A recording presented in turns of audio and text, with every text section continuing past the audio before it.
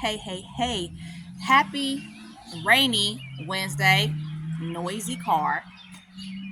Happy rainy Wednesday. Hey, check this out. So, I am every bit of an actress. Yes, I'm new to this beautiful, beautiful world of creativity, but I definitely am an actress along with other things that I do.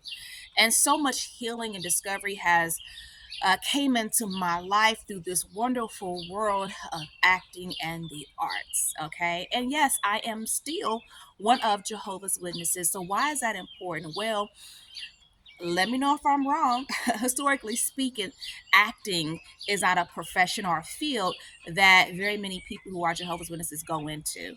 Um, hey, if you know of any active witnesses who are actresses who are open to connecting with me, send them my way. Hey, let's connect.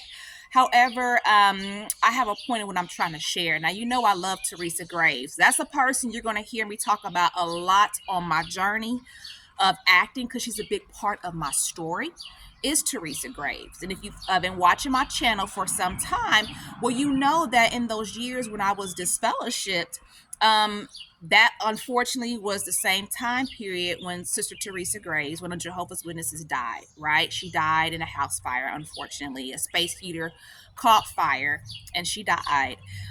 But her journey means so much to me because I love Teresa Graves. I love her acting. I think she's gorgeous. Let's talk about who she was, though, right? Only the second first black woman to have her own prime time television show series, right? Coming second to Diane Carroll, right? Diane Carroll. I can't think of the nursing show, but she played a nurse in that, right? So then comes Teresa Graves, right? She's this detective who kicks butt. Bam. And then what happens? She becomes one of Jehovah's Witnesses, long story short, and she feels that acting is a conflict of interest for her. When I was this fellowship, I actually had her picture up in my cubicle at work that I cut out of a Jet magazine, right? And the reason why I did that was to, at that time, I was really, really having this urge to want to get more into acting in the arts, but I use it as an example as why not to do it, right? Like she gave it up. It was a conflict of interest for her, and she went and she did these wonderful things, advocating for the Jehovah's Witnesses in the African country of Maui being mistreated, and she, lived her life that way. This is an example of what I should not do. Well, clearly, after everything that I've been through, clearly, after discovering that drama therapy works for me, totally feel differently about that. And what I will share about that is one of the biggest discoveries that I've had on that one small portion of my journey is understanding that that's what worked for her. She did what she needed to do. That was her example. Okay. And I'm not in any way discrediting any of her decisions or questioning any of her decisions. That's what she felt like she had to do. For me, Mira Cassidy, I'm different. I'm a different person. Theater is healing for me. Fact. It's healing first for me, as a matter of fact. Drama therapy is a very, very real therapy. It's underrepresented, it's bottom of the barrel, and that needs to change, right? Drama therapy is wonderful. And which is why also I have a June 17th event coming up called Recovering from the Effects of Religious Trauma through Theater. So if you are from Indianapolis, Indiana, please, please, please check it out. I have a wonderful lineup, and actually all that information is going to be in the comments below. It's free. You just got to register. And thank you so much, Phoenix Theater, for your support. Now, I say all this about Teresa Graves because she felt like this was going to be a conflict of interest. I have, as I've said before, religious trauma syndrome. The religion traumatized me. So clearly, right?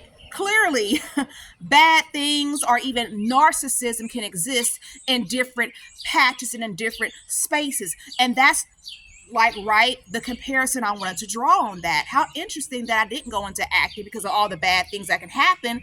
And yet the safest place is where so much of the bad things happen to me from the point of being a little 9-year-old girl. Isn't that interesting? Isn't that interesting? So, hey, if you don't know me, I am Mira Cassidy, empowerment coach, religious trauma specialist, actress, writer. You're watching Sisters Living with Religious Trauma Syndrome. What is this about? This is about me raising awareness to an emerging field, that of religious trauma syndrome, because I, in fact, do have it and I manage it on a daily basis, and I'm trying to raise awareness. I am a coach. Yes, I do absolutely coach. That information is in the comment field below. No, I'm not a therapist. I am a coach. Yes, I'm an active witness. What that looks like to me, because a lot of people get confused by this, is I do not worship at the Kingdom Hall. I have limited contact with the hall because, of course, I would have a response, right? A trauma response. I'll get triggered. Not a good thing. So I keep limited contact with my current congregation that I'm assigned to.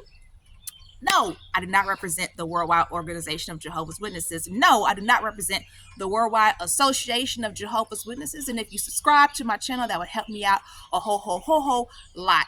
Getting back to this, and the acting, that profession of acting is not in itself bad, right? This keeps sliding down on me, sorry. Theater in itself is not, in fact, bad, right? It's the choices people make, right? It's decisions. There's decisions people can make, right? A person can do community theater, for example, and that be a safe modality for them to follow. So there's options is what I'm trying to say here. So I just wanted to go ahead and share that information with you, and also encourage you to check me out, okay? So it's going to be Recovering from Religious Trauma Through Theater, June 17th at Phoenix Theater. So definitely check it out. All right, I'm going to close out. Have a wonderful rest of your week.